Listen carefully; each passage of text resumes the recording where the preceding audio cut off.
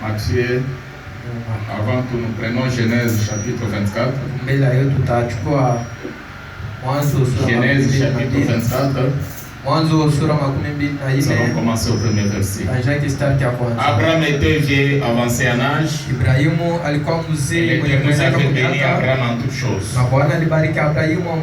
Abraham dit à son serviteur le plus ancien de sa maison, et intendant de tout ce bien, mais je te prie ta main sous ma cuisse, et je te ferai jurer par l'Éternel, le Dieu du ciel et le Dieu de la terre, de ne pas prendre pour mon fils une femme parmi les filles des Cananéens, au milieu desquels j'habite,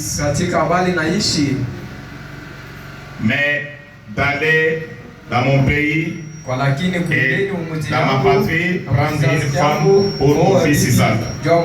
Les serviteurs lui répondirent, peut-être la femme ne voudrait-elle pas me suivre dans ce pays-ci? Devrais-je mener ton fils dans le pays d'où tu es sorti? Abraham lui dit, garde-toi d'y mener mon fils.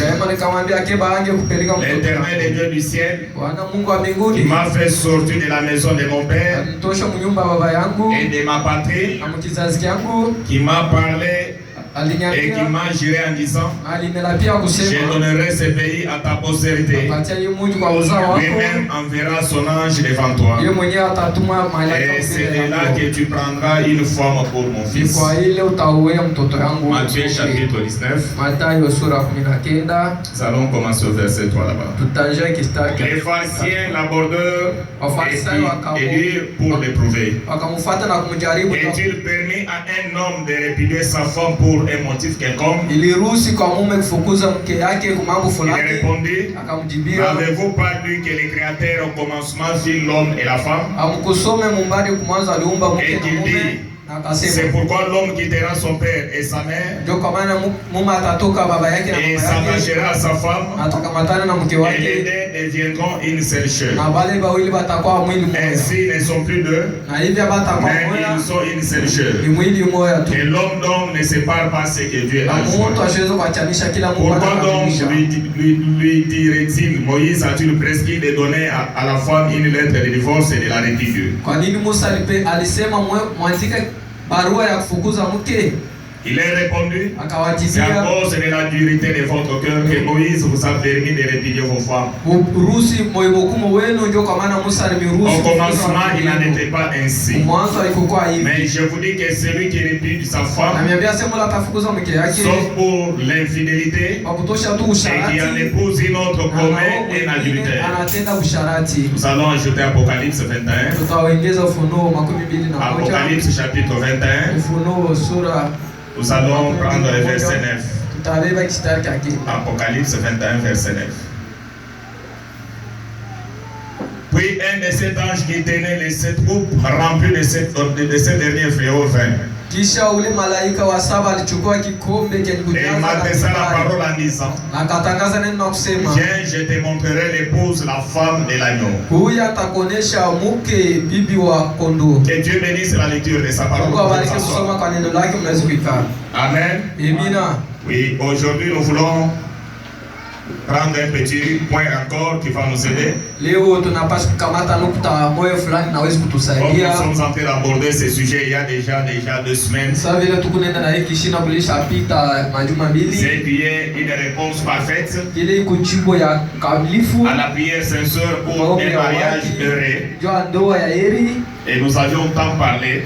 C'est pourquoi nous allons voir quelques étapes pour arriver à faire un choix et faire un bon mariage. Et le dimanche, j'avais pensé vraiment qu'on puisse arriver sur le point.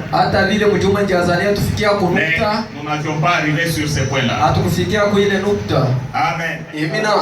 Et sur les points que nous allons vraiment voir pour ce soir aujourd'hui, c'est un point qui doit d'abord nous aider.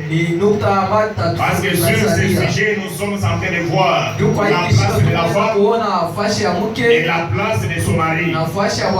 Parce que si l'homme entre dans au poste de sa femme, ou la femme entre aussi dans les rôles de l'homme, c'est ce qui produit des confusions, c'est ce qui produit des résultats négatifs dans les mariages.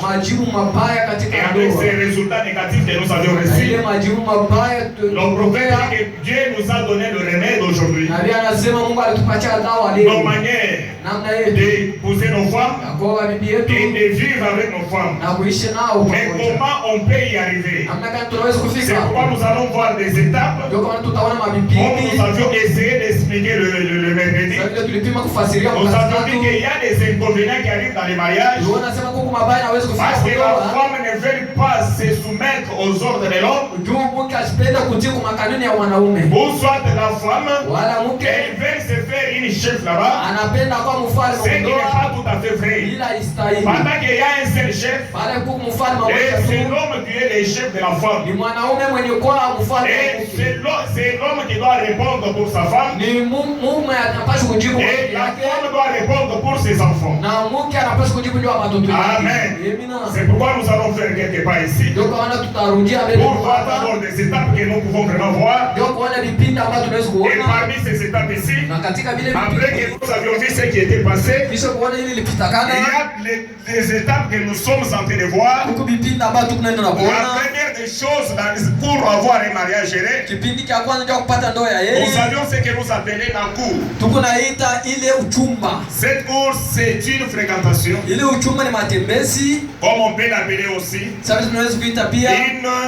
fréquentation.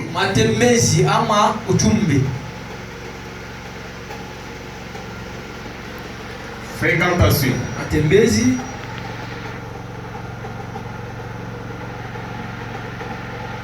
Cette fréquentation, comme nous venons de voir, après savoir, parce qu'un bon mariage commence par la vie de la prière. Tu as prié d'abord avant d'avoir la jeune fille. Tu as prié avant d'abord avoir un garçon.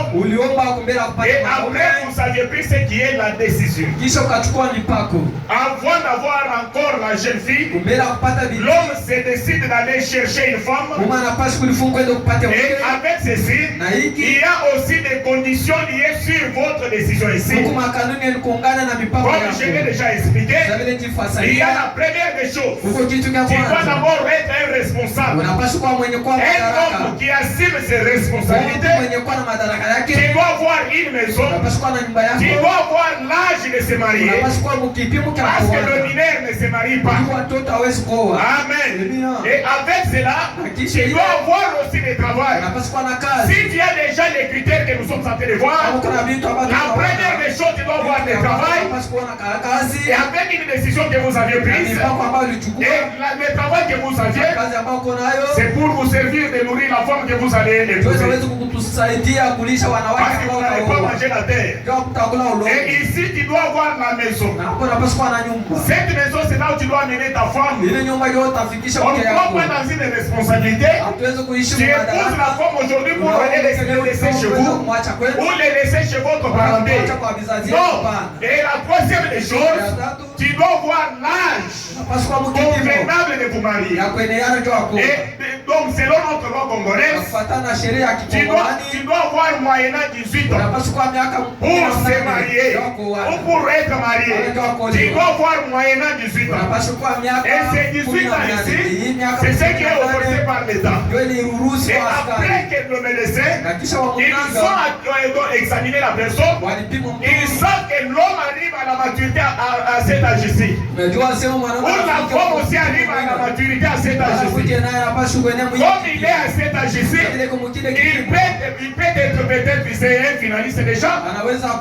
C'est quelqu'un qui est capable d'aller chercher du travail. Et après avoir accompli ceci, vous avez déjà pris la décision. Et cette décision que vous avez prise, par la décision de la prière, vous allez chercher une épouse, une jeune femme que vous allez fréquenter. Et cette femme que vous allez fréquenter, tu dois avoir les critères de ta femme. C'est que tu aimes. Parce que le prophète nous a dit, si vous visez seulement sur la beauté, la beauté elle est trompeuse. Et cette beauté, la beauté que vous voyez aujourd'hui, ce n'est pas la même beauté que vous allez voir demain. C'est pourquoi le prophète dit, cette beauté ici, si vous passez votre chose sur la beauté, un jour cette beauté là ça va faner. Et quand elle aura un bébé, cette jeune fille là, quand elle aura 2 ou 3 enfants, vous verrez qu'elle n'aura plus la même apparence qu'avec au moment où tu l'avais épousée.